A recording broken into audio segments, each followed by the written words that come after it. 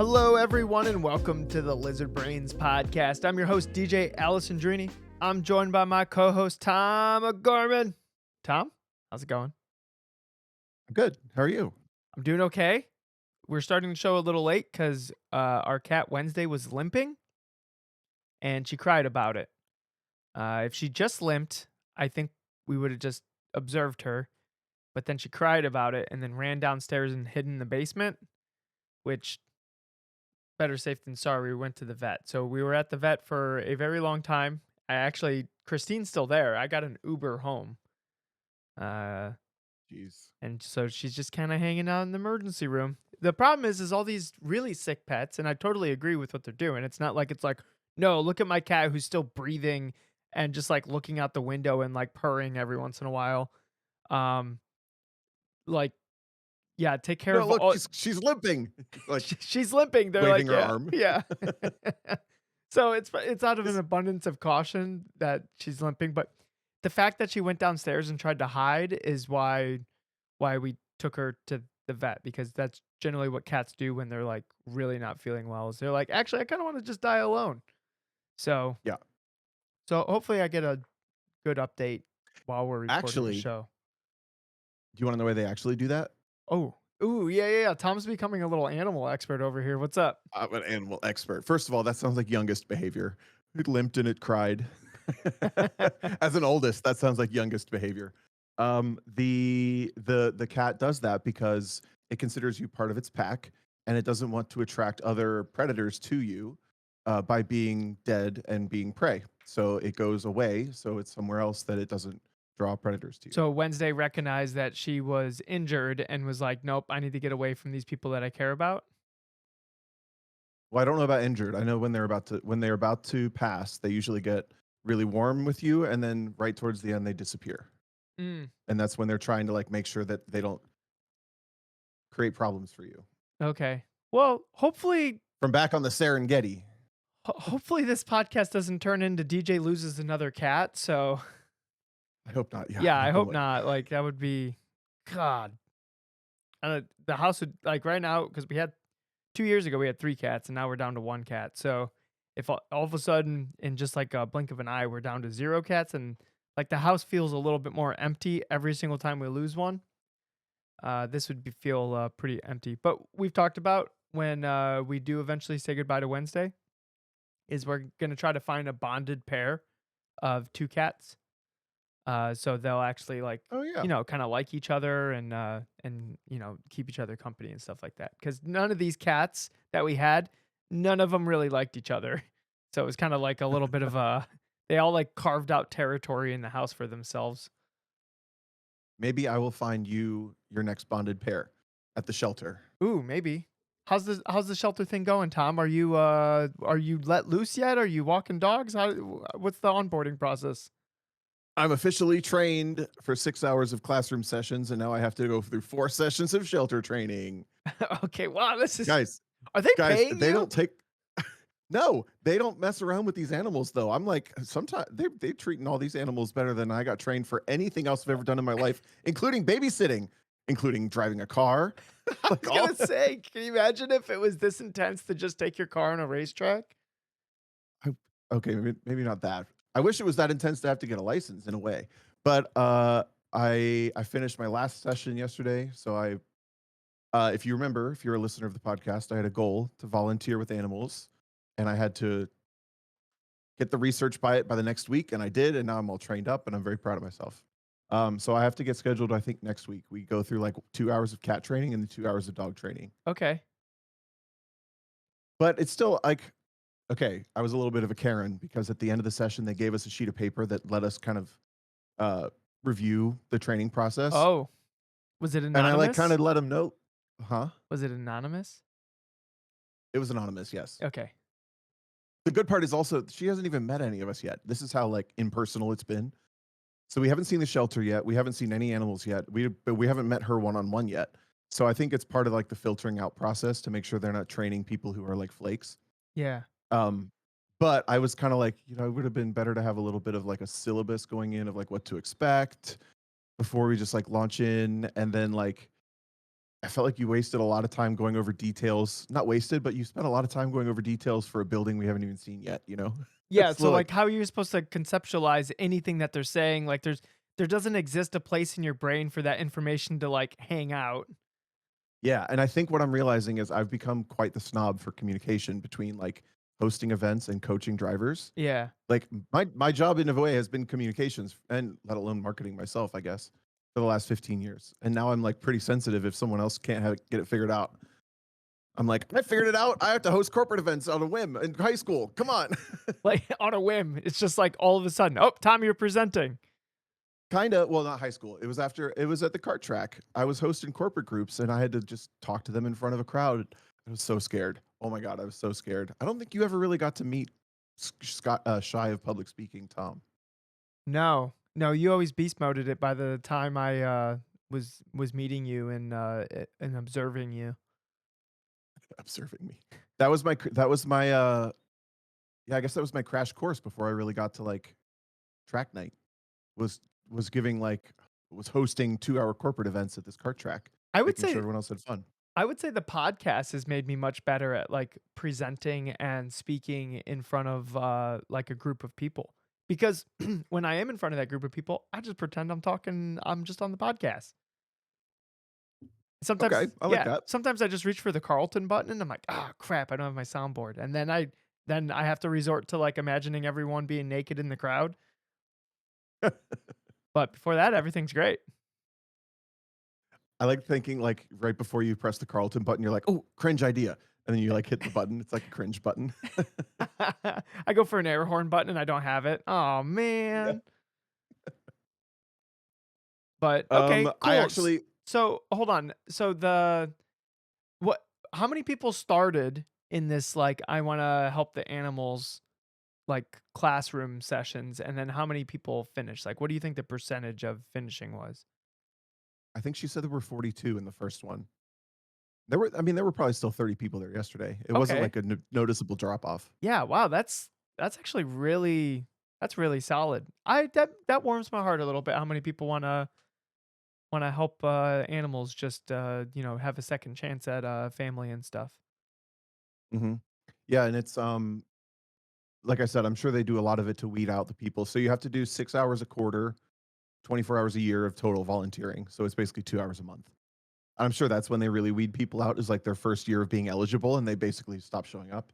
But I can volunteer as early as 7 AM, as late as 5 PM, and I can kind of choose what activities I want to do. And they basically sound like you can't get out of the like the general cleaning, which is totally fine. But if you want to do cat socialization instead of dog walking or whatever, you can like sign up for those things. Yeah. And it sounds like you can kind of just show up whenever if you've signed up for those things, which sounds even better. I'm totally doing that. When I retire, I'm just hanging out at the pet shelter all day. Well, it made me think honestly, like after going through all this training, I'm like, damn, I probably could have just got a job somewhere doing this, you know? Maybe. Like maybe not a Petco, but like a doggy daycare or something. Yeah, yeah, maybe. Yeah, you do the same thing. But you know what? You probably don't get the job at the doggy daycare unless you can put this on your, resume. There you go. This is moving to the top. Yeah, yeah, this I'm is gonna move down what's at the top of my resume that I don't have right now?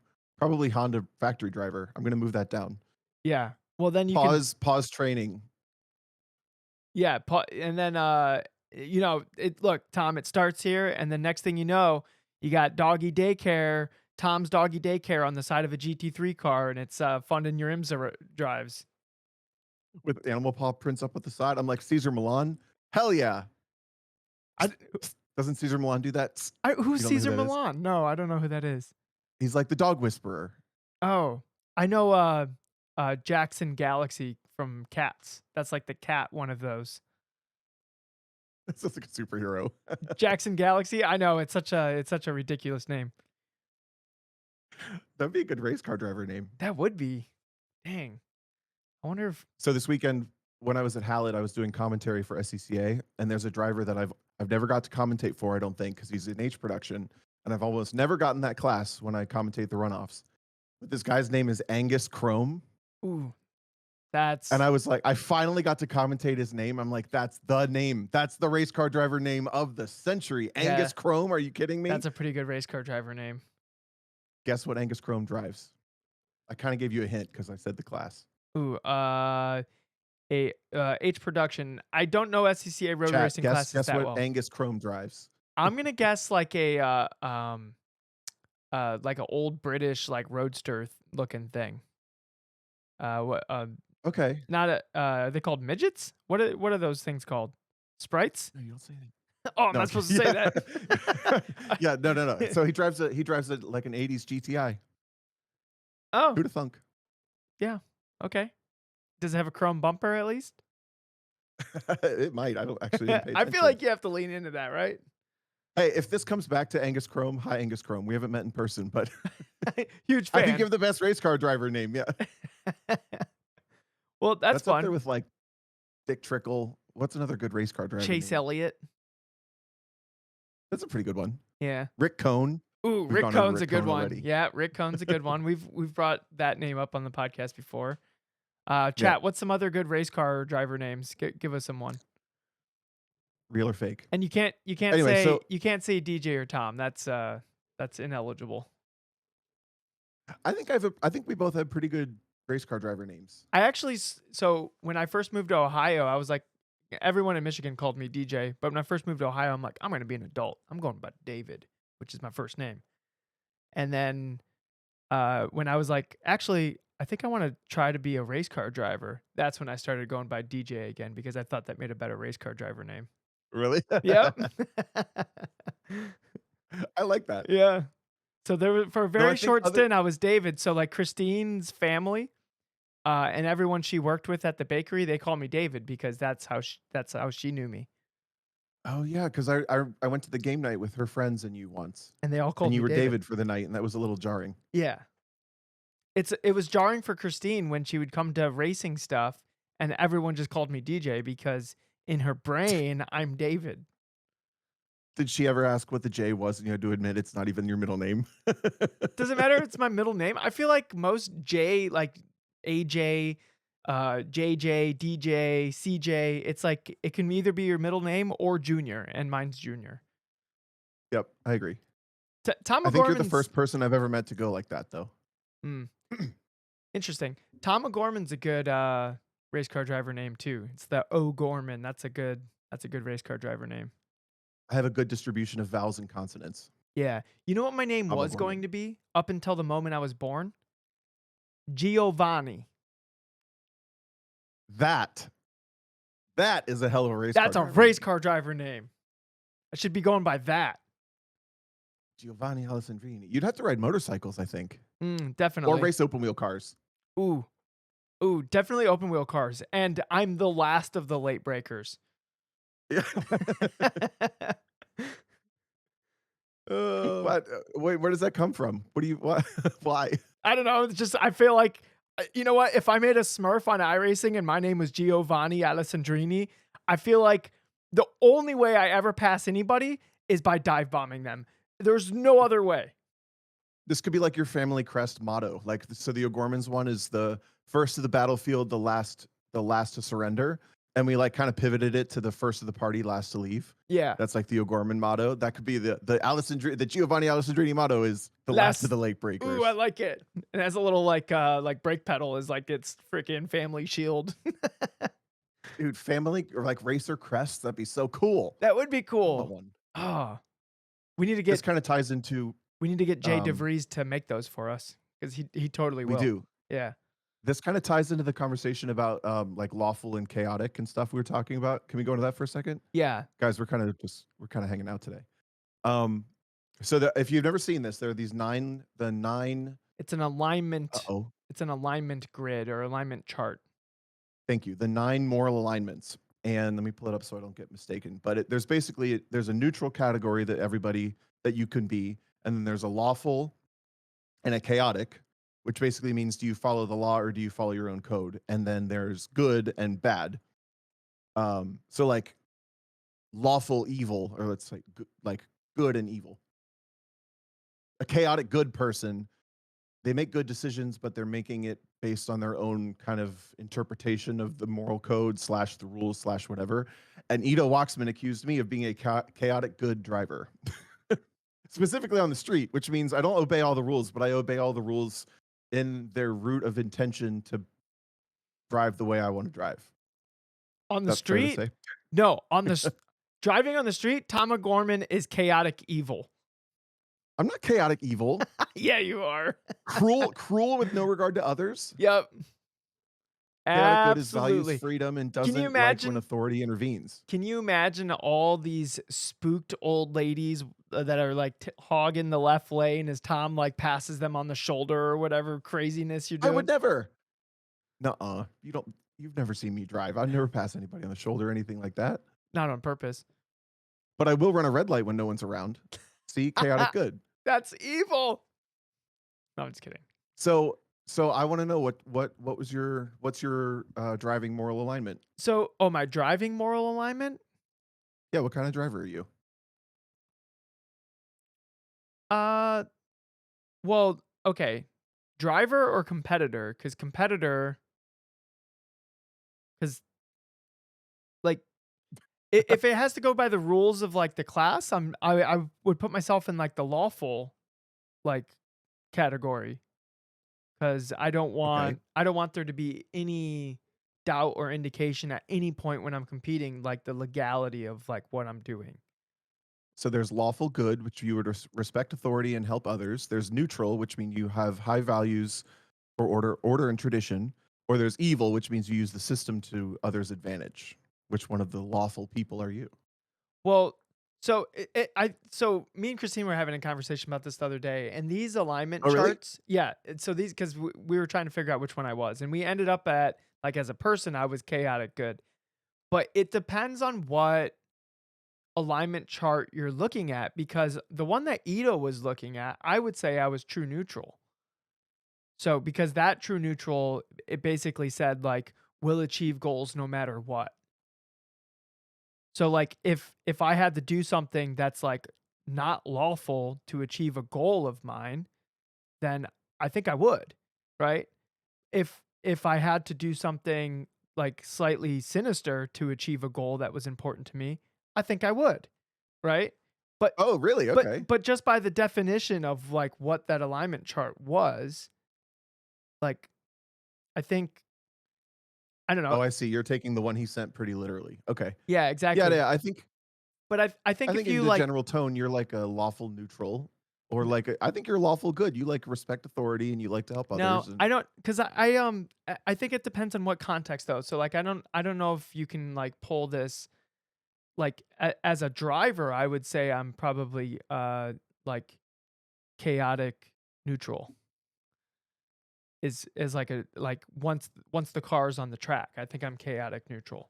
But um which I I don't just know think if, that's so fun to say. yeah, I just because I am, like, the ultimate goal is to, like, win the race, and if people are mad at you afterwards, like, depending on the series, like, if it's, like, a club series and people being mad at you afterwards, like, it doesn't really matter where you place, you probably lost. But if it's, like, just the only purpose of it existing, what I mean by that, Tom, because you gave me a face, is cool, I would never lose. No, I'm you kidding. finished first place, but, like, now everyone that participates in that series, like, thinks you're a dick and hates you. Like, you didn't Yeah. win. Like, you're not winning the respect or admiration of anything because there's nothing to win. But when, like, the series is, like, purely just you gotta win, and if I put myself in that context, then I think I'd be chaotic neutral. So I think, like, the context of, like, what you're competing in or what you're in or what, like, like, you know, how this alignment chart was angled is, it can, you can get, like, different answers essentially. I think every successful race car driver needs to be willing or is willing to go chaotic by these definitions. By the definitions, I think only the good race car drivers are in the chaotic, like, column. Because it to me that implies a level of uh like analysis for bigger picture. It's not just like, well, that's the rule, black and white. Right. Black and white, like, because you need to have, like, a flexibility of, like, what works and what doesn't. right? Sure. And if you're only if it's like because you could take lawful as like, well, my internal brain algorithm says that this is the optimal line for the, and it's like, well, it doesn't matter. Like, there's like dirt on the track. There's this. There's changing conditions. There's something like you just got to stay flexible in how you're approaching it. And I feel like the chaotic column of an alignment chart means like flexibility and like you're not losing track of what the end goal is.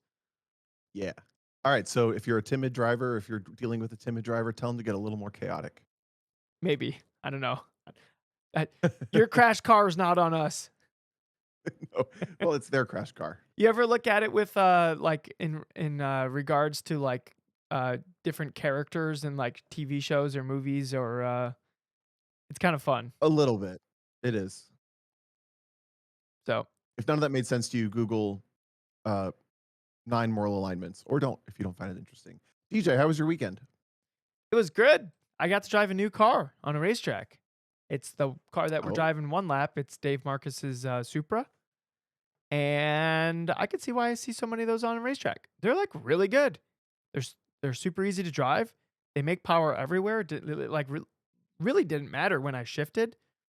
Like as long as I wasn't hitting like the rev limiter, it had power like throughout the whole like power band. So mhm. it shifted fast enough. It acted well on entry and exit, and it was just like an FRS is just a car ass car. This is a car ass car that is way faster.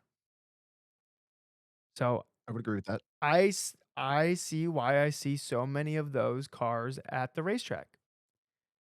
The only issue we had was I'm pretty sure there was air in the ABS system. So by the start of your third flyer, the pedal was going almost to the floor.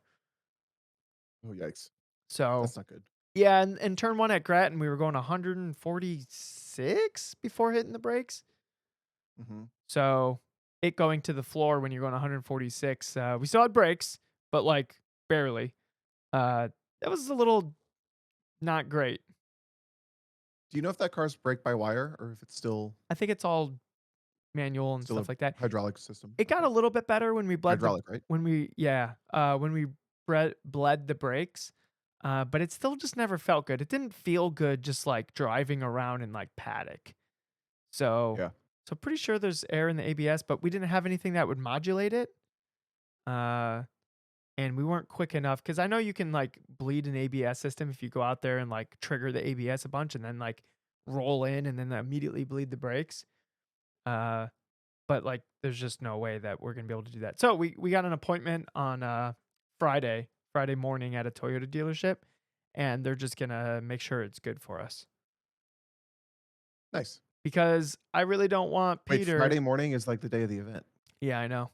So I really don't want uh Peter flying into turn one at Gateway, which is that's a pretty intimidating turn one, having a potential brake issue. So we're gonna drive it to the dealer, get a like a before and after, and hopefully it's an after that goes like, yeah, yeah, definitely the problem was fixed because we threw Dave Marcus in the car and was like, does it normally feel like this? And he said in driving around in paddock, he knew something was wrong. So with with that, we should once it's fixed, we should see a noticeable difference. And if we don't, then then at least we have all of Friday to like try to figure out what's going on. And Tom, you said the event starts on Friday. That's just registration and putting stickers on the car. It's not really doesn't really start on Friday. True, but it is the last business day is the point kind of I meant Yeah. Well, to like get the car fixed. correct. I mean, it right now the car's currently at my dad's house. Peter jumped on a plane and flew home. So tomorrow after work, we're recording this on Wednesday. I gotta like rush over to my dad's house, grab the truck and the trailer, and then drag it out to South Bend. And then we'll unload it and then go to sleep, wake up early, and get to the Toyota dealership. So that's the plan. Nothing It'll like be fine. nothing like starting one lap off with a little bit of chaos and a lack of sleep. You remember last year that car started off with a very similar No, dramatic start. it was the Was it year last year the before. car It was the year before. Oh, it was the year before that they pulled the sway bar off the car and it mangled itself or Oh, whatever. yeah, yeah, yeah. I forgot what it was. Yeah, Dave was telling us about that, and then Jackie Ding's shop, like, saved the day. Whoever Jackie Ding's tech is, I don't think we ever caught his name in the story, but he literally pulled an all-nighter to put the car back together so Dave Marcus could, do 1 lap. I assume that's Alex, but if it's not, shout out to whoever that is. Yeah. It was, that's pretty legit. I can't imagine just getting that call and being like, somebody's gonna miss their event. Alright, I'm coming in." Yep. Yeah. So did Peter like the car? Yeah. Yep. He's indifferent. Car's a car. Uh, I think Peter would rather have his Porsche, but I think he was pleasantly, surprised how easy the car was to drive. Yeah. So, Peter could have been a little bit more aggressive on throttle down just because the car would just take so much. Like, even when it got loose, it didn't feel like it was like, "Oh my god, I almost died." It's just like, "Ah, I lost a little lap time." Those car I keep yawning and it's not your story. Stop I'm it. so sorry. I don't Stop know it, what's Tom. happening. Oh my god. If you're yawning, I what need is to, the like, rest do of if okay, Tom's okay. yawning, what is the rest of the audience doing? I'm so sorry, everyone. I'm so no, you're good. I'm so sorry. I was trying to get a thought out that, uh, those cars they're just so stable on throttle. I don't Yeah. understand how they did that. It drives mid-engine in my opinion. It does kinda, yeah. Like, borderline, It's yeah. more stable than the Porsche was on throttle. Yeah, I'm like, "Da" it's, like, almost too pushy on throttle. You're like, "Come on, make it rotate a little more." I had, like, for some reason that, like, all the wing was cranked in it, which I'm sure was, like, probably to the point where it was stalling. So Yeah, it was a little pushy at speed. So I'm hoping, when I drive the car, we'll neutral out the wing a little bit so I can get some twist when I'm going over 100 miles an hour. Because it was, I kinda had to, like, normally when you're going that fast, you don't wanna have to, like, huck and chuck the car to get it to, like, turn, and I found myself, yeah. like, kinda having to do that, so I would rather not do that. But it was only at speed, and we had all the rear wing in, so I feel like it takes some of that out, and then I'll get some of that balance back. I would think so. Where does Grattan rank? That was your Ooh, first time there, right?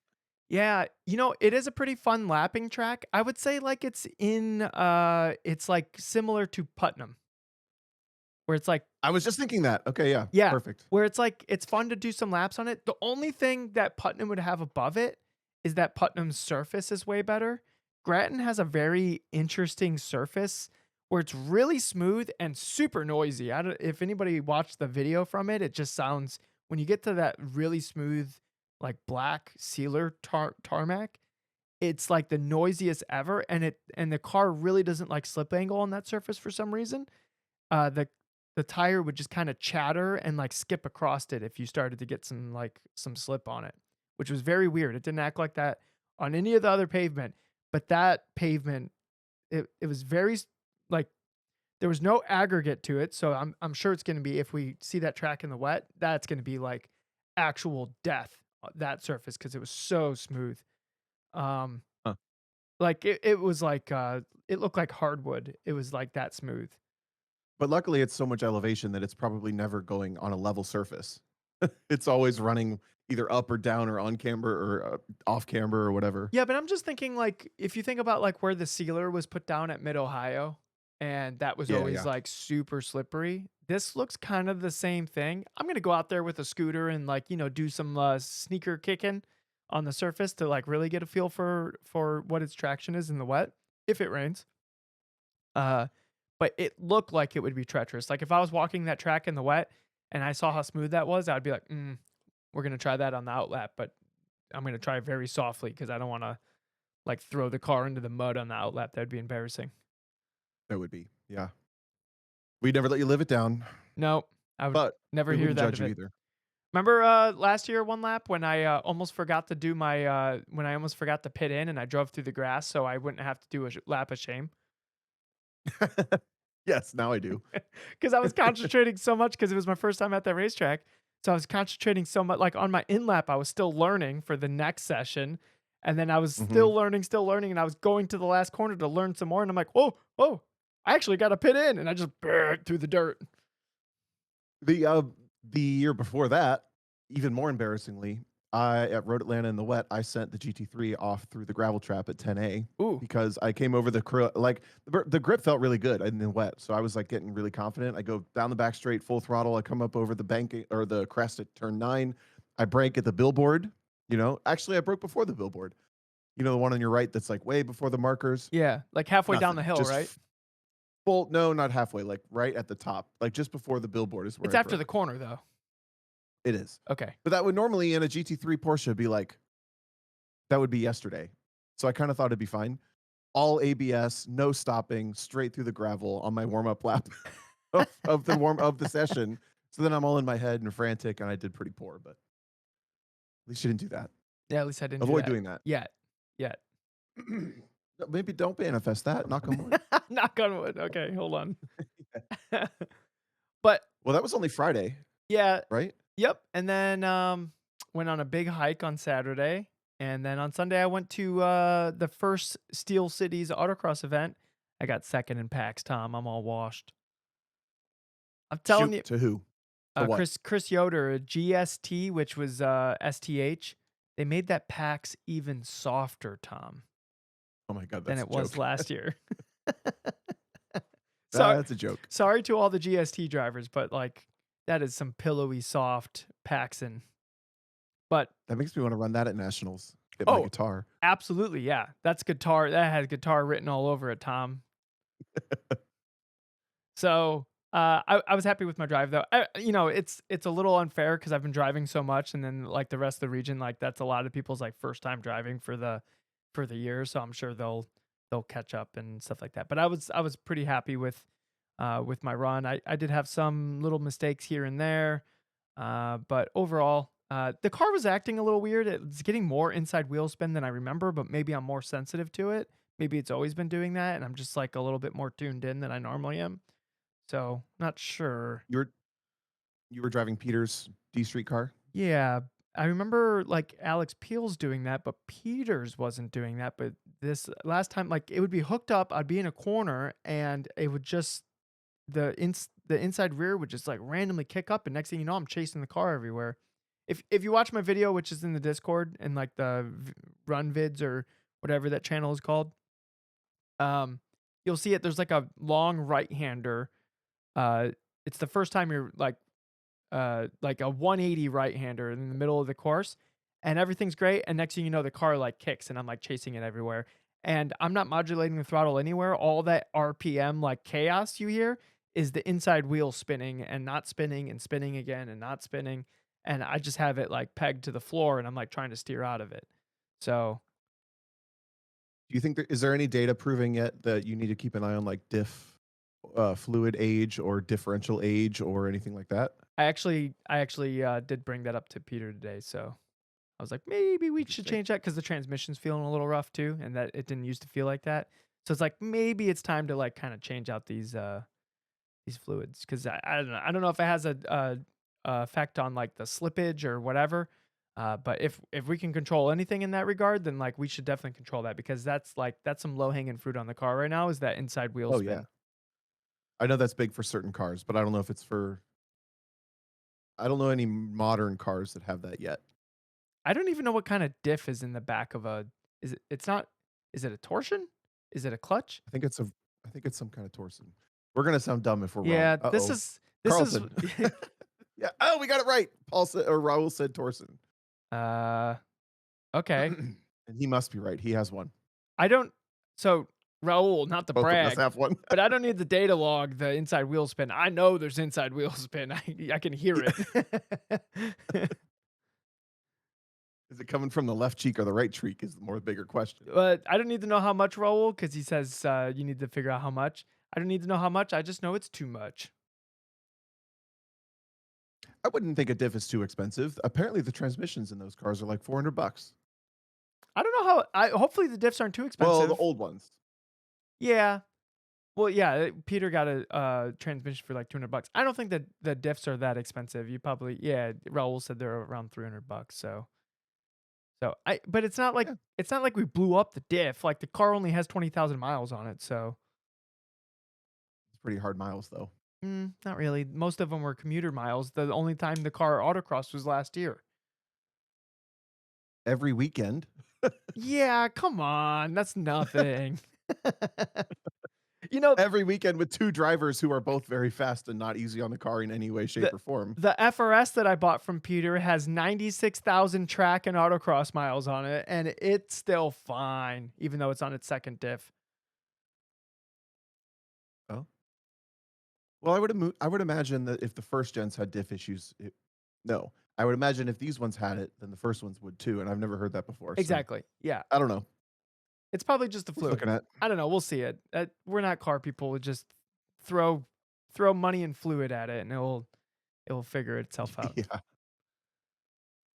Well, that's fun. I saw the in-car video. Your helmet cam looks really good. It Looks does. super I'm good. I'm really happy how it turned out, and since I picked like a really lightweight GoPro, I just figured out what the lightest GoPro was. When I started looking into all these other cameras, because people that are in the Discord, they'll know that I was trying to figure out a different camera. Somehow, GoPro still seems like the best option because even though right, like Tom's head's exploding It right blows my now. mind. Yeah. Yeah, somehow it's still the best option because the software, even though it sucks, is still the best. Even though it sucks. So you ended up with an 11 mini with a boom boom mount or whatever you call it? It's a Boss Vision, like, visor Boss mount. mount. Yeah, Boss. Boom Boom is close though. Um, and I it's a GoPro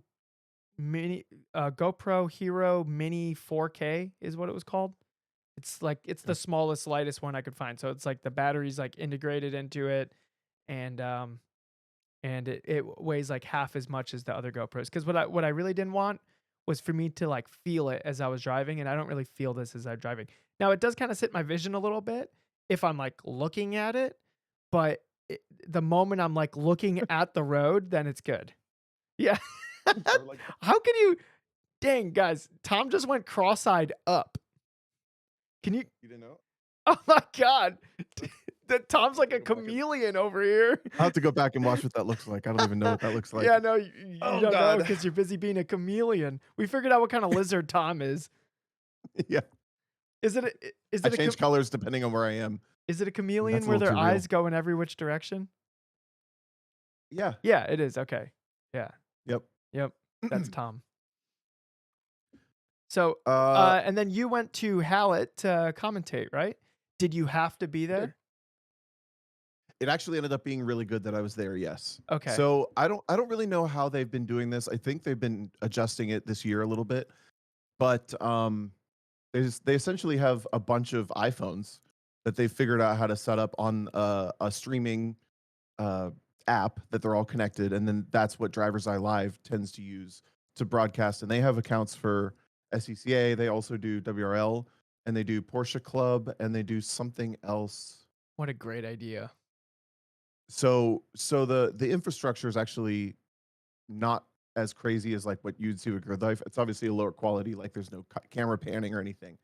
But because the phones are just like iPhone 14s or whatever, like they take some servicing throughout the day.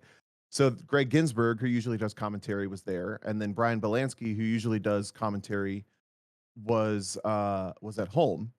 And if I was also at home, Greg Ginsburg would have had to have been doing all of the cameras stuff with neither of us in the room knowing what was happening, and that would have been so confusing because we ended up having like a 4.5 hour rain and lightning delay, and then the whole rest of the schedule was like super fluid, and he had to have certain cameras being serviced like every session because some got water in them and some got overheated when the humidity kicked up and all this. So yes, all long story short, it was good for me to be there because I was able to sit in the room and like be a like calm version of what was happening with because Greg was like running around and trying to tell us what was happening, but I was also there to know what was happening. And if both of us were in our bedrooms, offices, whatever, we would have been like, I don't know what the hell's going on over there. What was the servicing like, plugging in new battery banks and Like some of them would just go down, so you have to go out there and like either replace the lightning cable or replace the phone because it's wet and needs drying out, or yeah, like some could get they have like sun shields on them for when the sun comes out, so if they overheat, but if the sun angle changes, sometimes it's in the wrong yeah, spot. So interesting. they just like they basically need a tech person to go out to the cameras at any moment to keep the stream running. Yeah. And at one point, because it was so wet towards the end of the day and a bunch of the lightning cables had gotten wet, we were operating on like 3 out of 7 or 8 cameras, so it's just like the Yeah. best we could do. But ultimately, like I really enjoy that job. Like that's the second time I've done it. The majors weekends are kind of fun. Like I've never really kept up with the majors before, which is the championship series, I guess you can call it, that leads up to the runoffs. Yeah. So we usually come into the runoffs at the end of the series, and like we have to learn how the year went. And if I we do our own research, but we don't follow in real time. That's the fairest way to say. And now I feel like I'm following in real time, and there's some really cool like inside baseball parts of SCCA club racing that I don't necessarily see all the time. Um, the racing was really good because there was quite a bit of wet, and then they ended up scrubbing all of qualifying on the second day and finishing half the racing that day. So we ended up with like 11 races straight on Sunday, which was really fun. And a couple of them were really, really good races too. So Cool. Wha yeah, I Do you enjoyed it. think the cameras, like, followed the action well enough? I wasn't able to tune in for any of it. I think so. Especially Hallett's really small. So Hallett is like it's 10 turns. It's probably the footprint of it's less than Gingerman's footprint total, like the area that it fills. Yeah. So it feels really like it feels a little bit more intimate than like trying to put on a stream at Road America. Yeah, cool. It was So, good. the phones connect via, like, cell service, I'm assuming. Yeah, and it sounds like there's an app they use that's like some sort of streaming Yeah, so they or probably just or, or network streaming yeah, app. it probably just streams like it's just whatever video feed is, and then you have, like, one, like, switchboard to pick what feed that you're looking at. Yeah, and there's a director or sorry, there's a producer sitting in Charlotte, North Carolina that's running all the production of the feed. And then Greg is there doing the technical side, and then we had the two people doing commentary. Yeah. Dude, that's pretty cool. Uh, not not to jinx it or whatever, and we're still figuring out details, but me and Tom might be commentating a real world race coming toward the end of the year, maybe potentially. That would be kind of fun, wouldn't it, Tom? Maybe. Yeah, doing something similar to this. Or who knows how it'll turn out, maybe, but knock on wood, that'd be I don't fun. know. Yeah, maybe Can you imagine Lizard Brains Productions or the Lizard Brains Network turns into an actual like we do commentary together. We could host live events together. we could. Dude, we could totally be MCs on the mic. Yo, guys, we do weddings. I play the receptions. You can do the wedding part. Yeah, yeah. I'll do the hype and like, and now we got the guys. This is a work in progress. Please don't see this as a finished product. But now we got the dancing with the mom dance, and it's like, and then Tom, you're the DJ, 100%. I know my name's DJ, but Tom's the DJ. We could be DJ and the DJ. No, we're going too far. No, Anyway, so the commentary was pretty fun. The rain was a little bit weird. It sucks to sit at the racetrack when there's lightning everywhere, and you just like have to sit there. and just waiting. That's what we did for 4.5 hours. Oh, Oh my four and god, a it half was hours. What a just storm. Where's Hallett? Is that in Texas? Oklahoma. It was Mm, just forming over top of us more and more and more. Apparently, Oklahoma City had a bunch of really bad flooding south of us. yeah. What a, I do have to say, Tulsa was a little sad. I thought we were going to Oklahoma City. I don't know why. I thought Oklahoma City was a really nice town when I was there. Tulsa's a little sad, is it a but little on Hallett's cool. is it a little on the decline? It feels depressed. Yes, Yeah. Womp womp. it feels like everything's been sitting in the sun for a really long time and it's been through a couple dust bowls. Which maybe that's just what it has Maybe been. that's just what it's like. I Maybe don't know. maybe people from Oklahoma come to Ohio and they go, "Oh, these poor people with all their chili." Nothing of note. With no distinguishing features at all, Yeah. and their accents that don't sound like accents. I will say I used to work with a couple people from Las Vegas, and when they came out to like Ohio, West Virginia for a job, they're like trees. Wow, God, you have trees everywhere. And then we go to Vegas and we're like mountains. Wow. And they're like, yeah. Exactly, yeah. So When we were in Las Vegas, we were, eating at a restaurant, and the server asked, like, what Christine was up to, and, um, and she said she was hiking, and the server was like, "Oh, the hiking around here is so boring. It's like there's nothing." And Christine's like, "Are you kidding? It's, like, so amazing." And, like, so me and Christine often wonder, like, these people that are, like, hiking out west where it's just, like, these, like, grand views into this wide open, like openness.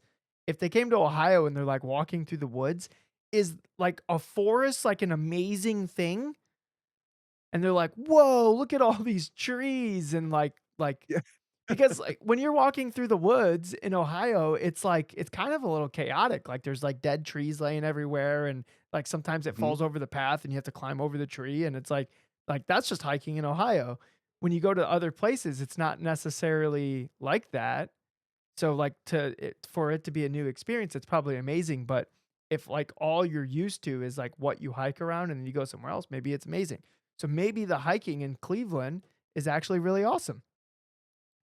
Okay, so Chip says, "I used to live in Colorado and hiked all the time. Ohio is depressing." So, alright, there For goes that hiking. He theory. said There goes depressing that theory. hikes. Oh, Christine's in the audience from the vet hospital. Hi, Christine. The last thought that I had, so I think as you are always on your pursuit of like what types of series are going to capture you. I know you've done it a little bit, but the way the Spec MX-5 works right now, specifically at Hallett, because there was no drafting, it was really, really compelling racing because the tire seems to reward and take away based on how hard you push the car. And they had to do a 35-minute race, I think. Yeah. So different cars got different strengths at different times, but because there was no draft to like artificially create a fake race like you would get at like VIR, oh my god! Like if there's a race worth going back and watching, they're already time stamped because SCCA's on it with that stuff. They have SMX race on Sunday stream, the last race.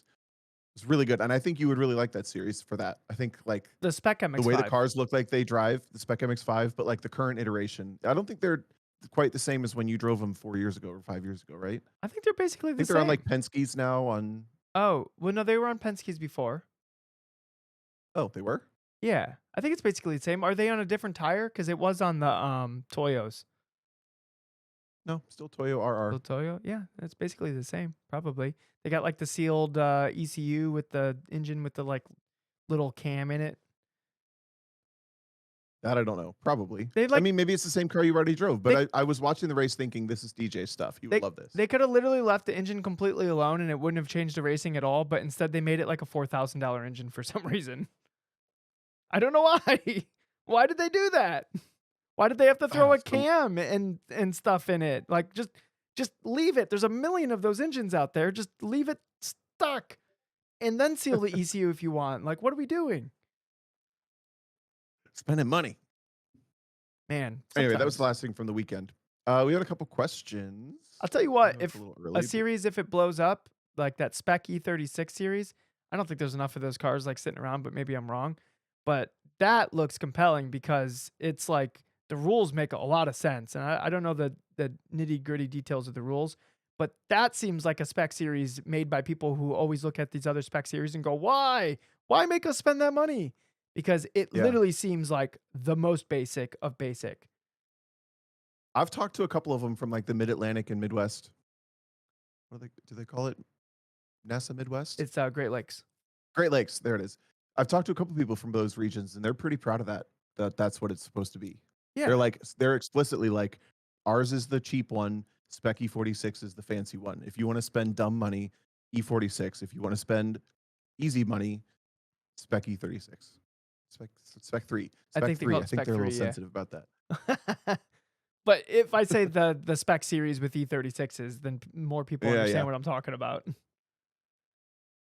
That would be fun. I think I'll manifest now. If anybody knows how to get DJ in a Spec 3 I at would love to at do some laps in one. Yeah, for sure. at Hyperfest. No, at Ooh, Hyperfest. at Hyperfest. Shit. When is that? It's Damn. in like 2 weeks. Uh, We're gonna manifest it now. is it conflicting with one lap? Do I go straight from one lap to spec 3? I'm If you down. get an offer, I'll have all the why not? stuff. I'll have all the stuff. Sign me up. There you go. And then you get in the car and you're like, "Oh, this isn't a I'm Supra. like, this Shit." so I have to there's a H pattern. This is weird. Yeah. Why aren't I going 150? It doesn't have the same power everywhere. Where's my arrow? Yeah. You'd probably be in such top form to drive a slow car after driving fast cars. I've always found driving coming off of fast cars. Well, maybe not though. Actually, I think I've kind of found going off of fast cars to be harder because I forget how hard you have to work in a slow car. Yeah, I kinda agree with that. Like, when I was You'd be dialed mentally, but yeah, remember, sorry, go ahead. last year at Putnam, I was driving the GT3 RS, and then at one point, I, drove, Zach's Fit, and that was a freaking that was a culture shock, dude. Like, I went from 500 something horsepower to, like, 90. That's like when Alex Moss's car caught fire and you let him drive your Fit. Yeah. and, and he did a couple laps and came in earlier. And I don't remember if you actually asked him what was wrong, but he came in off track early. Was like, I'm kind of done Yeah. No, at Lime Rock. he did a couple more sessions, but yeah, I think like the first time, yeah, first time we went out, he just went out, he did like 5 or 6 laps and then came in and I thought something was broken. And I'm like, "Is the car okay?" And he's like, "Yeah." I'm like, "What's up?" He's like, "We're good." It's Yeah, like it's flat everywhere. it is flat everywhere in the Fit. It seems It is. silly. So we had a good couple of questions that I think we should do. Do you have anything else from your weekend? Any one lap thoughts? We'll do those at the end.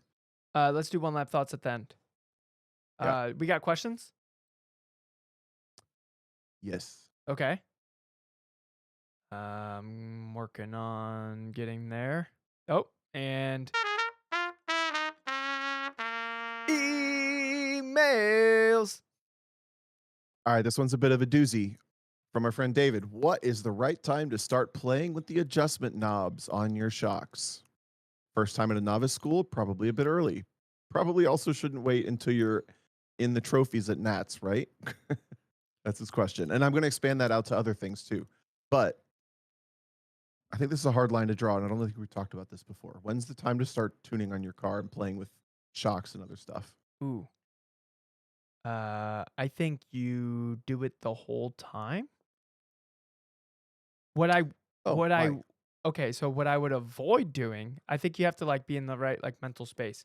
What you need to avoid doing is adjusting it because you like have a bad time or uh or I think Someone else did it. yeah, or somebody else is like adjusting. Yeah, that's a good one. I think so. I think if you set your I'm gonna make adjustments to the car in the right light, you can make them whenever. And to me, the right light is there something that the car could do differently that would net me a faster time? And when I say differently, it's more like is there a specific input or way I need to shift the weight that where it seems like I might be able to do it, but it's like way harder than it needs to be. So like the setup adjustment should be like opening up the window of getting the car's attitude to do a specific thing. Is that a little too vague? A little. I'm gonna rewind and disagree with you on the first part. You said during the whole time. I think I don't think you should touch the car unless it's doing something that's making you inconsistent until you're able to consistently repeat the same, to put a number on it, the same lap time within a second for a session, or within, within a half second for 3 laps in a row. Let's say you're basically able to accomplish the same thing repeatably. Unless the car is preventing you from doing that, the car is already within the window. You have to work on yourself until you get to the point where the car is holding you back from that window. So you've done 3 laps in a row and you've done the exact same thing 3 laps in a row, roughly the same lap time, and every single time the car's tight in this type of corner. Then it's like, and part of it is, if you're not able to repeat it, you don't really know that the car is the problem, unless the car is so glaringly the problem that you can't repeat it. And I think that that's usually pretty obvious, but maybe it's not. So maybe we should like asterisk that, huh? Yeah. Okay. I want to clarify. So in Yeah, autocross, I almost never make adjustments during the event. I'll think about what the car was doing that I didn't yeah. like on my way home or like the day after or whatever. And then I'll try to like critically think through it like after the fact and then go into the next event with that change. That's for autocross. On track, it's a little bit different because you can kind of cater to the car's behavior for like specific spots on the racetrack. And whether you're, I think it's a little bit different approach if you're creating a lap time or if you're racing. So obviously, if you're racing, you want the car to be the best going into the best passing zone on the track, but not to hamper it so like terribly for like the rest of the course. But the reason why, Tom, I said to mess with it like the whole time, and what I meant by that was, don't. I think you should be. It's. I think it's part of the like the learning process of like what the things on your car do, and how does it affect the car, and like I think the setup on your car will change as you become a different driver, like over like the course of your journey. So it's not like you set it once and you're like, yeah, cool, we're good. Like this car drives perfect for everyone who would ever drive this car, including me, like into the future. I think the quicker you learn about like what the sway bar adjustment feels like, or what the shock, like how does it influence the behavior of the car. I think I think the quicker you learn that, the better, but don't use it as a crutch to make up for like inaccurate driving. That's like the asterisk, like at the end of all that, is you have to avoid trying to fall into that mistake, because you see it all the time in autocross, Tom. Somebody will go out and hit a cone, and then they come back and they'll make like a compression adjustment on their car. It's like, all right, Yeah. well, the compression adjustment didn't it's not saving you from hitting that cone next time, my guy. No. Exactly. That's why I think the very first step is being able to repeat as a driver. And really, the only conditions I can think of that are worth talking about before you can repeat something pretty consistently as a driver, which to me is a sign of competence. You have an understanding of what's going on in the car that you can drive repeatably to then kind of A B test setup changes. But sorry, rewinding. The only things that I think are worth chasing before that are like snap loose or like persistently loose. I honestly don't even think understeer is worth chasing that much until you can drive the car two or three or four laps. And then obviously, like if it's so much understeer you can't deal with it, that's already going to stand out so freaking quick that that's all it takes, one or two or three laps. But on the learning curve of why to touch the car, I think acknowledging that very first step of like being able to drive it that way is more important. And the only time you think about it is if the car is going to try to like hurt you or kill you or spin or whatever. What When you jump into a car of somebody who's like in the beginning part of their journey, do you find that the car is normally too loose or too tight? Oh, it's almost never too loose. And if it is, it's literally like they want me to drive it because they think it's too loose, and I can tell them by the pit exit that it's too loose Yeah. almost, you know? It's like Yeah, yeah. usually that's where it comes at, or it's like somebody who got a front wheel drive car. I actually did this with Ben Thorne from Gears and Gasoline. He bought that Civic and he took it to the first event and his eyes were like freaking pinwheels. He could not understand it. So he just rode with me and the car was really good. So he just rode with me and I was like, yep, that's what it's like. Next session out on pace, no problem. But he Yeah. was scared as shit of it before that, you know? I will say like a properly set up front wheel drive car does feel pretty rowdy. Now, It does. I don't wanna say that and people are like, "I need this thing to wanna kill my ass when I'm driving it." Now it's fast, right? That's No. not it feels rowdy, but it's still easy to drive. Like, that's the difference. It shouldn't be hard to drive. A well set up car is easy to drive. It's easy to place. It's consistent. It's repeatable. It's, very, easy to predict. Like, the predictability is off the charts. That's what makes a fast car. If it's knife edge and you're like, "Oh, it's fast. I just need to like figure out how to drive it." That's not a fast car. That car's not great. For the most part, yeah. You know, it's really interesting. So quick sidebar: Andy Smedegaard took both Trainer 3, the S2000, and his new BRZ to Grattan the day you were there. Yep, they were Did you very talk to him fast. much? They were very I passed Chris Mayfield in the Supra on the straightaway. I was like, "Ha ha ha, ha horsepower." Boom. And then he was hustling me through all the corners because it's just a bunch of like S's back and forth. And dude, Chris was getting it done. I thought at some point my 500 horsepower is going to come into play and I won't see Chris anymore. But he was filling up all the mirrors that whole time, just on purpose. So yeah, Which one was he in? he was in T3. Cool. So Andy did say now that he's got both cars within the window that he's pretty happy with. T3 hasn't changed much, and he said T3 is actually measurably harder to drive than the new BRZ is, which is if you're not familiar, it's an FA24 swapped, generally GLTC prepped, car. They run about the same lap times now, and he said the BRZ is so much easier to drive, like almost boring easy to drive relative to the S2000, which Yeah. I would take as a sign that the S2000 has more room. But I think it's pretty proven that that car doesn't have a lot more room. At least I don't think it does. I would be It's only the curious winningest car in GLTC in a single season. I would be curious why Andy thought the S2000 was harder. Was it just a little bit more edgy? Yeah, he said it's just way sharper to the point that it's harder to keep on the edge Yeah. I mean, that's versus like the super round, like broad edge of the BRZ because of the struts and whatever else. I only ever drove, Zach Lavoie's, ASM S2000. What would you say T3 in regard to, like, in comparison to Zach's? Because Zach's car It's like was one of the easiest cars I've ever driven. it's like if you took the baseline setup in iRacing off of Zach's car and put the VRS setup on it. And put the DJ Miata setup on it? On T3, yeah. Yeah, okay. For non-iRacers, it means take the diabolical setup from the online dorks and put it on the car. That's what T3 is like. But I wouldn't say it's diabolical, it's just pointy. Exactly. Super Yeah. it's harder to maybe like I think both of us, You have to be not more on both of us, I top haven't of driven it. yeah, you have to be more on top of, like, what you're doing with the weight. If you're, Yeah. lazy or, inaccurate with the weight at any point, then the car can bite you. Yep. Okay, so back to this question. I think we mostly answered it. When do you start touching stuff? Um, do we wanna try to touch on what to touch?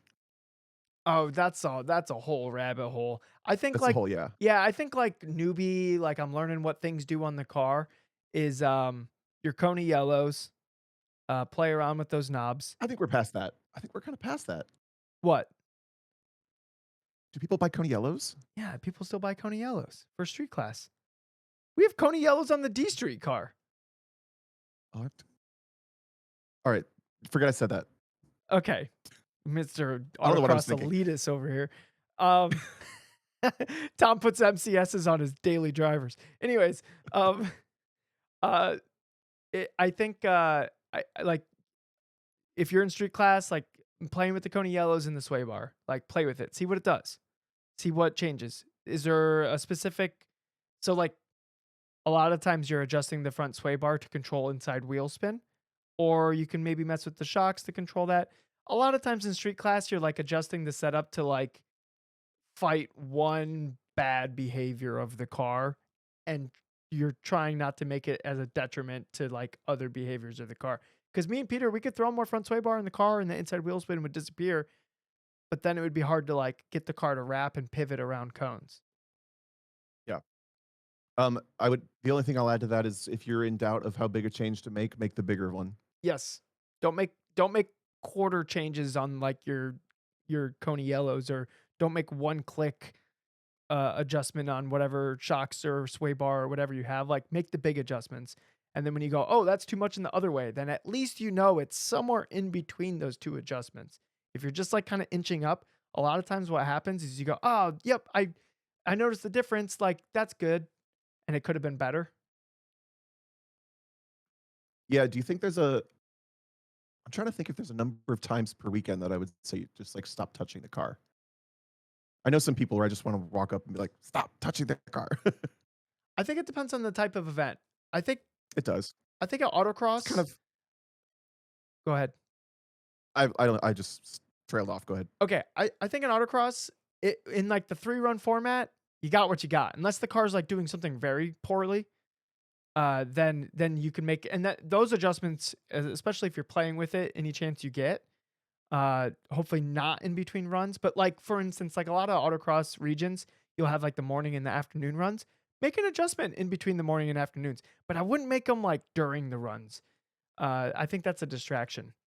Unless you've got some experience of making the adjustments under your belt, like you kind of understand what these adjustments are going to change, and there's a very obvious bad behavior, and you know this adjustment will get rid of that bad behavior for whatever reason on that course, then you can make that adjustment.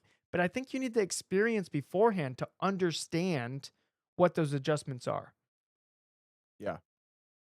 Yeah, that all of the, like, asterisks we're putting on this at this point are for much more experienced like, you have a better understanding of what your car is and does and what you want from it and stuff. Um, I think if it's not yeah, in general, that's super go ahead. obvious what the change is to Yes. fix a behavior, then you just leave it and you drive. That's what I was trying to think is, like, okay, on a road course session, a session is fine. For an autocross, if it's only one run, I don't understand why you're touching the car. Unless you know your car intimately enough to, like, prove me wrong. You know more than I do, you know? Right. Uh, that's that's kinda where I'm at with that. But, like, still make sure that you can be consistent and work on yourself first. Yep. I think that's most of the best drivers I know blame the car or blame themselves before the car. I will say, like, the GLTC car, generally, I would go out for the first session. I would know exactly what direction I needed to go with the setup, and there's only a couple things. I think, like, once you really have a car figured out, you really, like, "Okay, these are the things I change," and then the car, like, drives, like, how I want it to. It's very rare Yeah. where, like, you're changing out springs and doing this and that. It's like, yep, sway bar adjustment, maybe, like, ride height, like, to change the rake a little bit, maybe, like, a little alignment change, maybe a wing angle change, and then, like, you're good. Like, that's what the GLTC car was, is I would show up to the track with the alignment squared, with the ride height, like, in on its, like, baseline, setting, and if I needed like more entry pivot, I would raise the ride height up. If I needed to tame it down a little bit, I raised it down. If I needed to tame it down or up or at speed, then I would change the wing angle. And that was like basically all the adjustments I ever did on the car. Like once it was like at a good baseline level.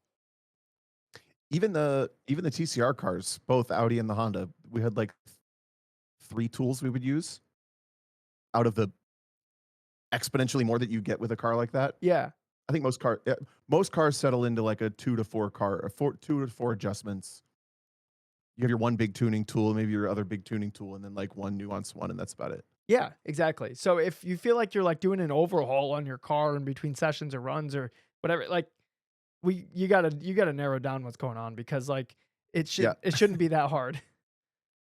Put everything back to the middle and drive 3 runs. Yeah, basically. Do a little palate cleanser. Get some oyster crackers. Eat those for a minute. All Cleanse your right, palate. you want to do another one? Yeah. I Got don't one? see I don't see where you grabbed that question from. It was brand new right at the bottom. We have one more right there too. Oh, is the bottom the? Oh no, the top is the. Oh, I see what you're saying. Okay, okay. I'm gonna read this one from David Betts that says kind of an abstract question, or kind of an abstract mindset question. Are you It's my able favorite. to let yourself feel like you are quote unquote good at driving? Obviously, none of us feel as though we are quote unquote good enough. That's why we spend all our time obsessing over driving, theory slash technique, listening to podcasts like this. But I find that I have trouble feeling, truly feeling like I'm doing anything special, even when I know logically that I am driving very well. No matter how much I improve, when I'm actually doing my best, it feels so obvious and simple. I can't shake the feeling of quote, well, if I can do this, literally anyone could. I feel that. I feel that sentiment. I wouldn't say that I get super hung up on this, but it's something I think about often and curious how others relate to it. Interesting. Okay, tell me more about why you relate to that. The if I could do this, literally anybody could. Sometimes, and I think it might just be the company that I keep because I'm just surrounded by all these like super talented drivers. It doesn't feel like I'm doing anything like ooh, I said talented, super You sure did? highly skilled drivers. Um, it doesn't feel like like I'm doing anything special. It just kind of feels like I'm doing my best all the time.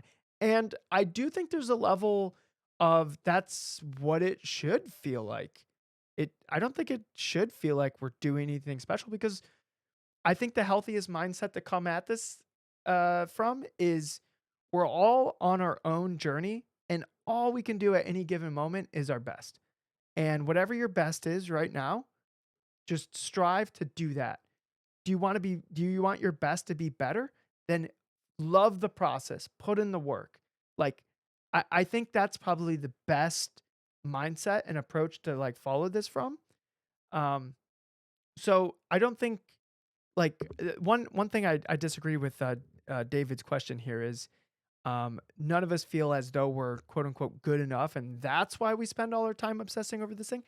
I spend all my time obsessing over this thing because I feel like it's highly rewarding Mm, to and I've fallen in love with the process of identifying the low-hanging fruit and trying to turn that into a sub-executable program that will live in my brain, and it's just another tool in the tool belt. I find that process highly rewarding, and it just so happens to, like, impact my ability to drive a car.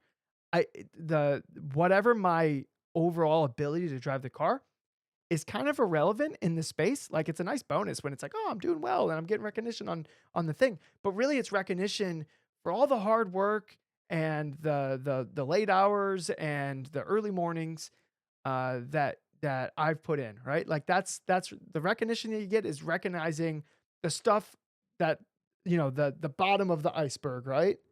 Not the top. The top is just what people see. The bottom of the iceberg is what, like, that the praise is recognizing. But I think I'm gonna reiterate it again. The healthiest mindset is to love the stuff that lives beneath the surface that nobody ever sees. If you can convince yourself that you actually love that stuff, then your motivation to get better at this doesn't come from a feeling of like uh not feeling adequate. It comes from just enjoying the process of getting better at a thing that you care about. I agree with the well, maybe you didn't quite say this, but I agree with the disconnect between do you feel like you're a good driver and when I feel like I'm doing a good job, I'm not doing anything special. That's like kind of the point is uh once you've learned a lot of the tools and a lot of the like fundamentals and the techniques and you've learned about how to manipulate the car's weight and all this stuff, like you're not actually doing much that special. Um, which I don't want that to sound like a balloon deflating across the room instead of like a bang, right?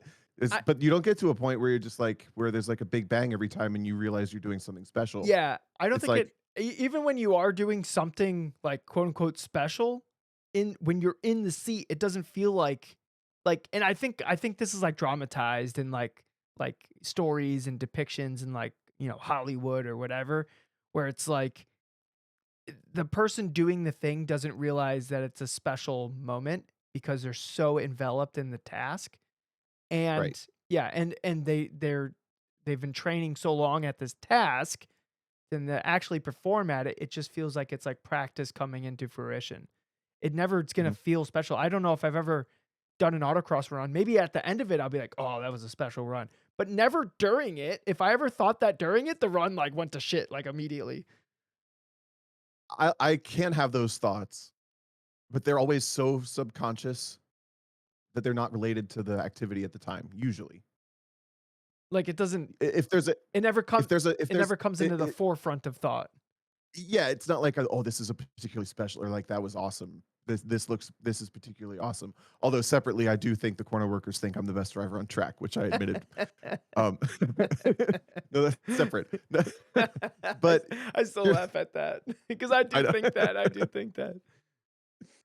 I think that's like a hack, but that's different. This is not so yes, like I believe I'm a good driver. I know I'm a good driver. But I so going to your kind of process part, my process is different, but I think it's more similar than I realized. So I didn't fall in love with the process of getting good at driving. I fell in love with being able to be the best driver that I could be, which is the same, but it's different in that I was never as strategic about it as you. I think I started a little bit more organically than you. Um, and I think I was doing video games a lot more than you. So I kind of came in with I think I came in a couple like bars up from having to fall in love with the work Yeah. that I had already put in. Does that make sense? Yeah, We've yeah, kinda yeah. talked about this before in other podcasts or other episodes, but I took my the, approach of, like, getting good at Halo because I wanted so badly to, like, be one of the best in the world that, like, at some point, it just wasn't fun. I was just putting in the work, right? So, yeah. I've taken that approach into driving a car where, like, Mhm. sometimes it isn't fun, but you're waking up and you're doing it anyways because the goals are, like, beyond you enjoying yourself in that very given moment. Yeah. So yeah, I guess the big takeaway I would say from this is don't fall into the trap of thinking that it's supposed to feel special every time you're doing a great job. Because there are days where you could do a great job and not realize it. There are days where you can wish you did a great job and you still got a good result Yep. and you feel kinda bad about it Yeah. or, like, kinda mad about it. Um, yeah, I guess maybe this is a fairly self-conscious um, question, so I'm trying to think of how to advise someone to not be as self-conscious. That's not how it works. Yeah, I think, I'm doing my best. It feels so obvious and simple. I think just I think the it's mainly paying attention to what's gotten you to that point, David. When you're saying, "When I know I'm doing my best, it feels so obvious and simple that anyone could do it."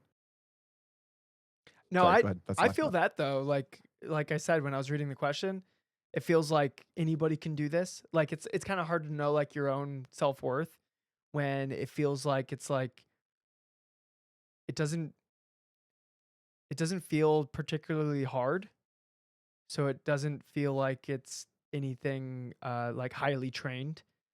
But I think driving can lure you into that because everything is so subconscious and you've built up these programs over, years and years and years and, hundreds, thousands of hours, uh, that I I so just to pay for all, like, the track days that I've been doing lately, I've been doing, like, the right seat instruction at, like, track day groups and seeing people in, like, the beginning of their journey and uh, just starting to, like, understand and realize, like, all these things that they have to pay attention to when it's not any kind of built-in muscle memory or habits. There's a lot to Mhm. pay attention to. It's very overwhelming for these new drivers. Uh, so David, if you're ever feeling poorly about, like, your own ability to, like, perform in a car, go do, like, a novice school for, like, autocross or, like, an instructor day or whatever, and be those people's cheerleaders, and try to get them excited for motorsports. Um, and they will also enlighten you to, like, all these little things that you've learned and picked up that you're not even noticing that you're employing when you're driving. It will kinda give you, like, a good idea of, like, "Okay, like, look at all these things that I've learned over, like, the last, like, however long. Like, let's keep it going. Like, let's keep building this, repertoire of executable programs, and, like, let's just see where this can go," right? Because I think that's where I'm at. I I love identifying the low-hanging fruit, and I love trying to figure out how to, like, figure that out and, like, move on to the next thing, and, like, that process to me is very fun, and I Yep. don't see it getting boring anytime soon, to be honest, Unless you're at Gingerman and it's your 5th session on the weekend. and it's an FRS. Yeah. You see how my barrier of, like, slow car is, like, this car's too slow to be fun is, like, moving up? I Uh-oh. I gotta get my income to move with this, like, unsatiable appetite for, like, driving cars. You know where it all started, right? Did it start with a GT4 Cayman? That Porsche hat. No, Oh, it is a it Porsche wasn't the hat. car, it was the hat. It was the hat, definitely. Oh, that Porsche hat. It's got, like, a curse. One more, or you wanna wrap up? We can do one more. Alright, here's a pretty quick one, I think, maybe. This is from our friend default user. Outside of any tire noise or outside of tire noise, are there any other tricks for cornering speeds being accurate? Hmm. Alright, so this kinda ties into that goofy conversation we had about Corvettes on slicks. It's basically the Yeah, same yeah, answer, yeah.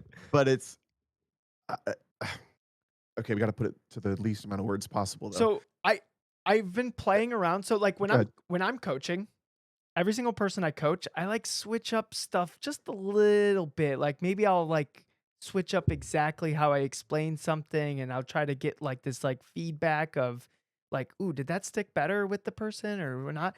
So, like, I just change up little things, and I, like, try to, like, observe how it, like, played out, and this driving the car at the limit thing, I've tried, like, probably, like, 15 different ways and, like, a bunch of different ways to organize the words and, like, explain it, and it Alright. always hits the same way, which is like a vague, like, "Meh," like it's it never really I comes thought you were out gonna say right. you found the one. No, I haven't found it yet. Once I find it, I'll let everyone know. Maybe I'll just put it in a book and make everyone buy it so I can drive a faster car than an FRS. But I think what the latest way I described it was it's the moment where the car stops doing exactly what you want it to do.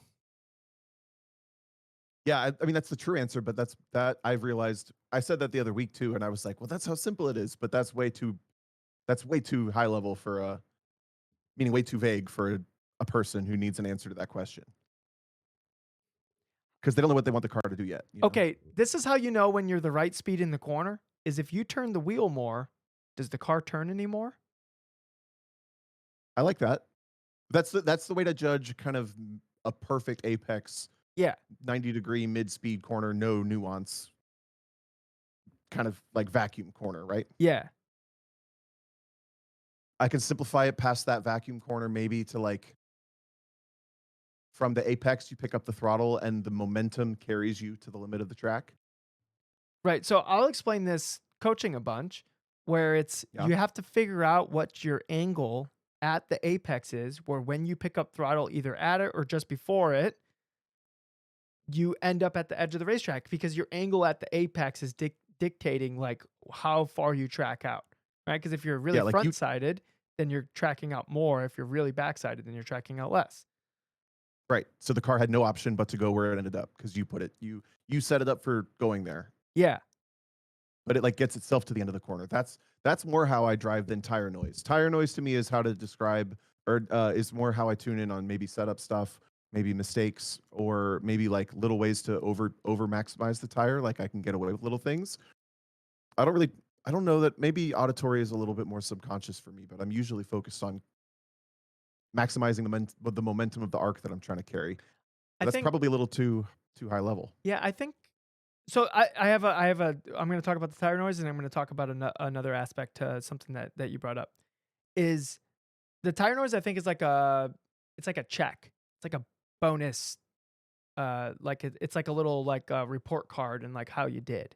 Like once you recognize the sound that the tires like to make on that specific Yep. pavement, those specific tires on that specific pavement, there's going to be like a resonance or a frequency that you hear. And if you went through the corner and you're like, I heard that noise through the whole corner, then you know like it was good. If you only heard the noise on exit, then you know that you like underdrove the entry, right? It's like a little bit of a report card that you can have to yourself. And iRacing is a great way to practice this, like where you get this like internal like report card of like the tire noise, because the tire noise in iRacing is super consistent. And you pay attention to that tire noise so much more in iRacing than you do in real life that when you get to real life, it will be like that bonus check.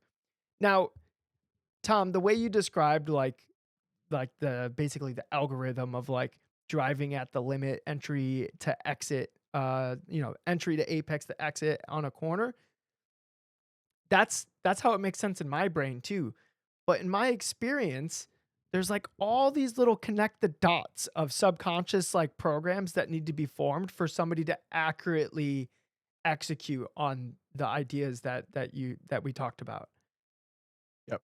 There's so many Yeah. like little things that need to exist in there for like that to actually be paid attention to.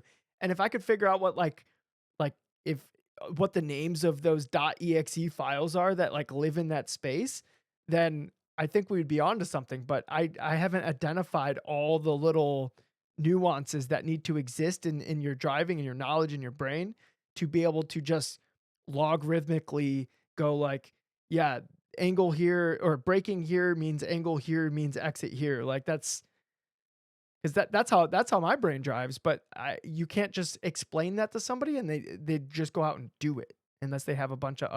other stuff built in. Which I'm kind of glad about because if everyone could just do that, this would be way less fun. This would be a way worse sport if you could just, well, coaching would be, well, no, because coaching would get so easy that somebody would just like make free YouTube videos and then that would be that. But imagine how good everyone would drive on the street. Ooh, dang. You know what the world Now we're needs? talking.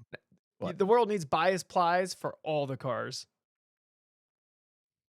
Wait, how does that correlate? That's a different thing on completely. Because Darwinism kicks in and only the people that can drive survive. Okay, got it. I like that. All right, you You brought me like back. that I now? like that. I was thinking more like everybody would actually be able to drive at the limit. Like imagine everybody does an off ramp at 65 miles an hour. Oh, that'd be great. And if you're taking it slower, it's just because like your tires are heat cycled out.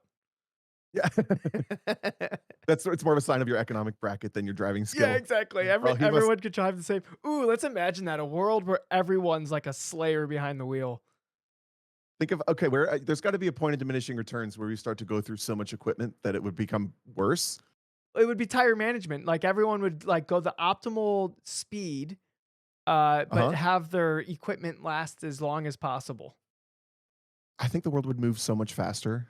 It Like, would. I don't think people understand how much time they waste by being bad drivers.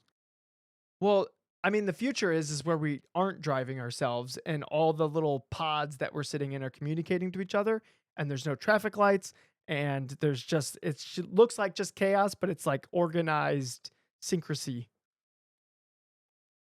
As long as I can still drive. I want everyone else to have their own cars that drive themselves, but I still wanna drive. I think in like big cities that's what will phase out first. I think like in Yeah, like you're right. cities you won't be able to drive yourself. I think like around the countryside, stuff like that, you'll always be able to drive yourself if you want. Self-driving cars are normal to people in, like, California and stuff. Like, getting in a Waymo and just getting in a car without a driver and getting a taxi to somewhere is normal to some people already. Yeah. I don't think I would get in a driverless car taxi. Meaning I would get in if it was the only reason, but I would never pick that as my first option. I'm imagining the world where we just order rides on our phones and it really doesn't really make sense to own a car. That'd be fine. Sam is saying the problem is everyone driving at the limit would get smoked on the freeway by minivans. Wait, what? I'm not saying we drive at the limit. I'm just saying drive We hustle. because the limit is not 65 miles an hour on most No. exit ramps. Yeah, it would be like 90. You could do 90 or 100. Yeah. Yeah, yeah. You were driving a box truck, tire squealing at probably 50. That was at the limit though. I know. Yeah. Okay, so trucks need to be at the limit. I'm back on my trucker bullshit. I'm probably far enough away from that job where it doesn't matter now, but I remember my manager would always be like, "How are we going through tires so quickly and like ball joints and all this like random like front suspension stuff?" It's because the truck was at the limit everywhere. Like the front alignment must be off. It's probably towed in. But I had places to be. I couldn't just like wait around for these all season tires on the front of this 16,000 pound truck. I mean, it's basically a rental car. And if you don't drive a rental car like it's temporary, like, what are you doing? Yeah, I don't know. It's funny. I don't know if I've told this on the podcast before, but people would call in and be like, "Your driver's driving way too fast." And then my manager would pull me into the office. He'd be like, "Hey, getting calls that you're driving too fast. And so we're gonna look at the radar and see." But I would always go the speed limit. It's just I wouldn't slow down for the corners. And if I was speeding, the little GPS tracker would show like little like flags of like, "Hey, your driver's going too fast." And I would never have any flags anywhere. So he's like, "I don't know. People are just you're doing something that's making them mad." And I'm like, "I don't know what to tell you." This is the chaotic good I'm talking about. Hell yeah. This is chaotic good. The chaotic good. All right. So pre one lap thoughts? Ooh, The one lap starts in 2 days. We're gonna do daily episodes again. how are we gonna do that, Tom? You're gonna I'll be call in? I'll be calling in, but I'm coaching this weekend, so we got to be a little strategic Saturday and Sunday. Okay, so we'll just do it at night. Yeah, we'll do it in your transits again. Okay, all right. Hopefully Peter's down for that. I don't know how quiet the Super is, but we'll I mean, figure it not out. transits. We'll I mean, figure it in out. the middle of in the between the sessions. Oh, okay. Well, I because you might be doing like debriefing with like the coaching and stuff in the middle of the day. You would tell them to It's pound a sand for a little bit. No, it's an SCCA weekend. You'll Okay. have your 4 hours, and we'll have our 4 hours, and we'll find time in the middle. Okay. All right. All right. All right. Yeah. Yeah. We should be able to That'll find some start kind of Sunday. time. Yeah. We're gonna try to have daily episodes for one lap again. People really like that. Tom is not doing one lap this year. He's got other engagements going on. Um, so Tom will phone in. We'll kind of do like debriefing on like how one lap went. Maybe I'll drag other people to be part of the conversation I into love it. that idea. Yeah. Yep. So hopefully it's worth listening. It'll probably be like 15, 20 minutes like each thing and we'll upload like every day. Thoughts before it? I I don't know if I've ever felt this comfortable in a car before, Tom, just like driving in general. And I'm really glad we did our little goals episode because me setting like the lofty goal of like 10 weekends of driving before one lap, I think I ended up like hitting 12. But um Damn. but I I liked that goal because it wasn't like like last year it was like bring best self to one lap, and it was like, well, how do you actually do that? Like this goal was much more specific, and it gave me like a trackable metric to go do that. And I just wanted to get as much driving as I could before one lap, and I definitely did that. Like between like Track Night Americas and like I drove all the things everywhere like as much as I could. It was and for anybody who where I drove their car, thank you because you helped contribute to the goal. Um, I it might be my last one lap, Tom, because I'm not. This is Peter said that this is his last one lap, and you'd never know what opportunity is going to come by to be able to do one lap. So this could be my last one lap. So I'm gonna treat it like it's my last one lap and like just try to take in the whole experience again, like it's my first time. Because I thought last year which was my first one lap, was also my last one lap. So I'm gonna try to just take in as much of the happenings as possible, and just do the my best that I can do, whatever that best is for the day, and just try to be as the best teammate that Peter could have, essentially. So be Peter's cheerleader, uh, and maybe if Peter needs to be whipped around a little bit, maybe I whip him too. I don't know. Like if some people really act their best when you talk a little shit to them. So like Uh-huh. if Peter needs to be like told he's a piece of garbage right before he goes on track, like I will do it if that's what's required. Hopefully not, but like, I don't know. I'm really focused on like how well can Peter and I do this year through all like the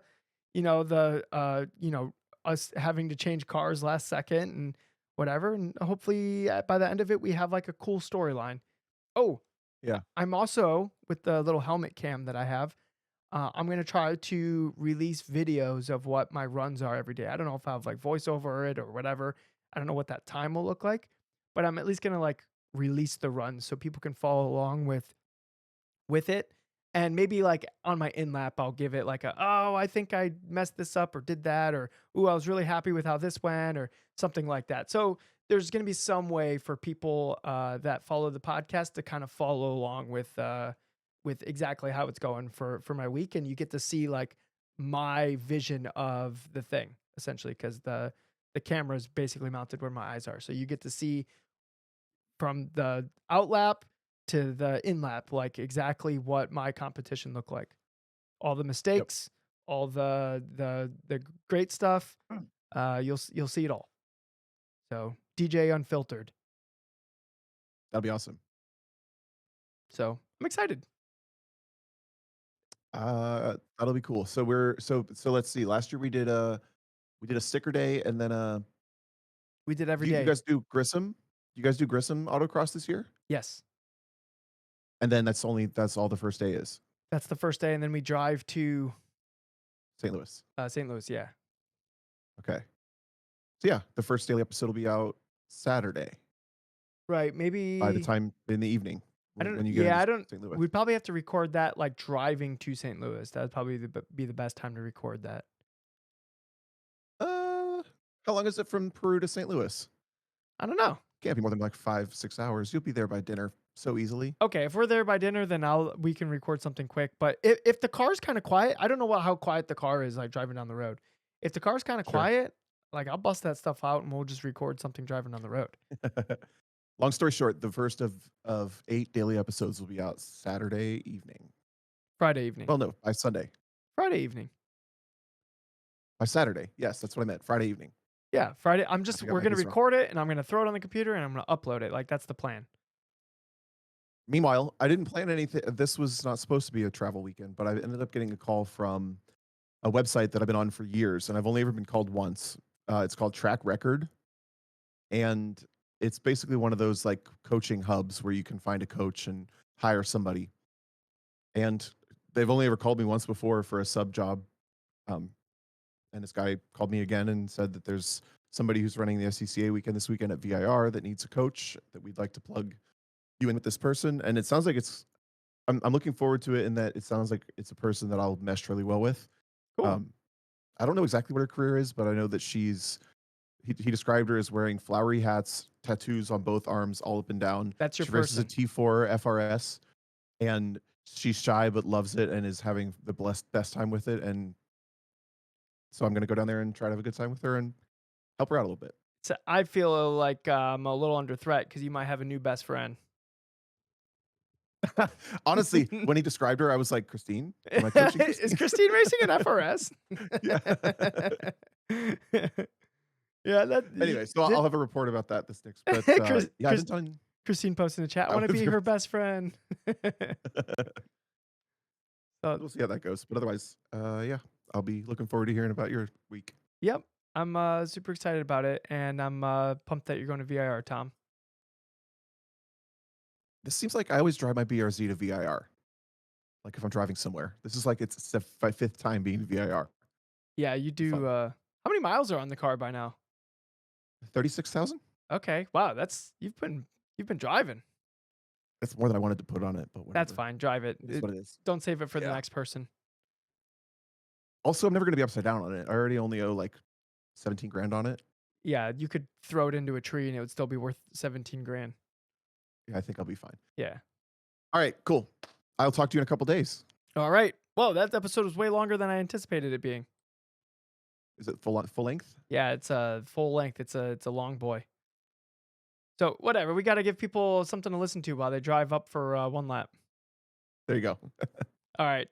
Alright, Tom, I'll catch you on Friday for the first episode of the 1 lap coverage. And to you, and to Peter, and Oh, to are you going? And nope, to we're not Peter, going. There we go, now we're going. and to all the one-lappers who are headed up to South Bend, I really hope you enjoy your week. I miss you. I love your hair, and I hope you all win.